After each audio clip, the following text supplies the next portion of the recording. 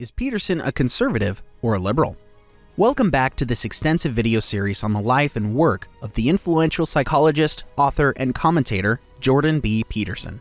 In the last installment in our series, we examined Peterson's role in the so-called intellectual dark web, a group of left and right-wing iconoclasts who have courted controversy with their varied views in recent years. This dark web is populated by both liberals and conservatives, but they are linked in other ways, which raises the question, is Peterson a liberal or a conservative?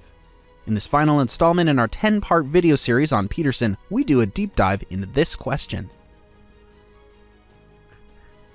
Firstly, what exactly has Peterson himself said on this issue? Peterson describes himself as being a classic British liberal, insofar as he is an advocate of individual liberty. But he has courted the favor of some individuals, which have left him open to criticism of being the darling of conservatives and the alt-right in many countries. More recently, in a tweet which he issued in February 2022 in response to being asked this question again, Peterson noted, "I wasn't a conservative until liberals kowtowed to radicals." Thus, Peterson has variously described himself as being both a liberal and a conservative. So far so contradictory. So let's examine some of his key beliefs and see if they're liberal or conservative. One of Peterson's core beliefs, as we've explored in previous videos in this series, is that he is fiercely opposed to restrictions which are being placed on free speech in countries like his native Canada in the interest of social justice issues. In this, Peterson is unquestionably a classic liberal. Free speech and the defense of it has been a hallmark of liberal values since the 19th century, and in defending it, Peterson is clearly demonstrating his liberal credentials. Conversely, Peterson is staunchly opposed to socialism. This conflicts with a lot of traditional liberal thinkers who view the redistribution of societal wealth on one level or another as constituting a social good. However, Peterson is opposed to socialism, and particularly its more severe manifestation, communism, as being conducive towards the rise of authoritarianism and totalitarianism, such as occurred in the Soviet Union. Nevertheless, Peterson also does not take the staunch conservative position on economics in that he is supportive of considerable regulation on capitalism. In terms of social issues, Peterson is something of a mixed bag. He is in favor of the legislation of abortion, which is a traditional liberal stance to take, but this comes with a caveat that he believes abortion is also a morally questionable act. He is more obviously liberal when it comes to gay marriage, having very few qualms about its allowance, a view which was anathema to traditional conservatives throughout the 20th century, but which even some conservatives have changed their view on today.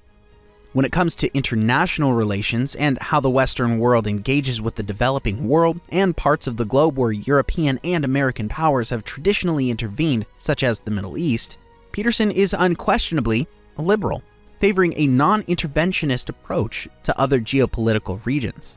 This is a traditional liberal view that some people are better off sorting out their own problems rather than the Western world trying to engage in regime change.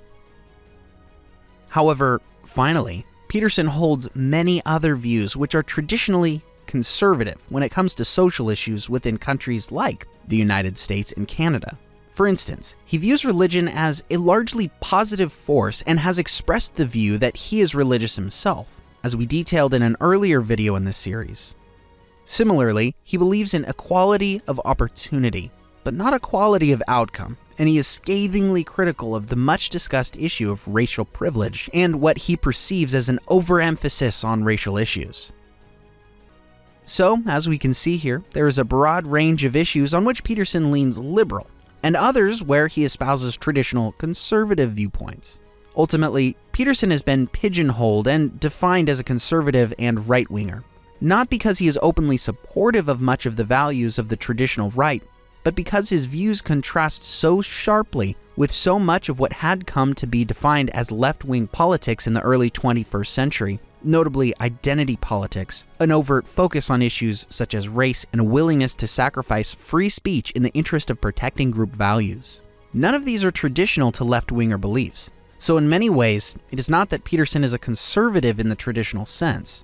It is more the case that we are living in an age in which the basic idea of what it means to be left-wing or right-wing and liberal or conservative are changing in a very profound fashion, In a sense, that it's what has made Peterson as controversial and simultaneously revered and reviled a character as he is. So that's our take on Peterson and his position as an ambiguous liberal, one who holds some views which are now perceived as conservative, but which would typically have been viewed as liberal a century ago. We hope you found food for thought in this and the previous videos in this extensive series on Jordan Peterson, his life, works, and career. Thanks for watching, and please check out our other video series if you enjoyed this one.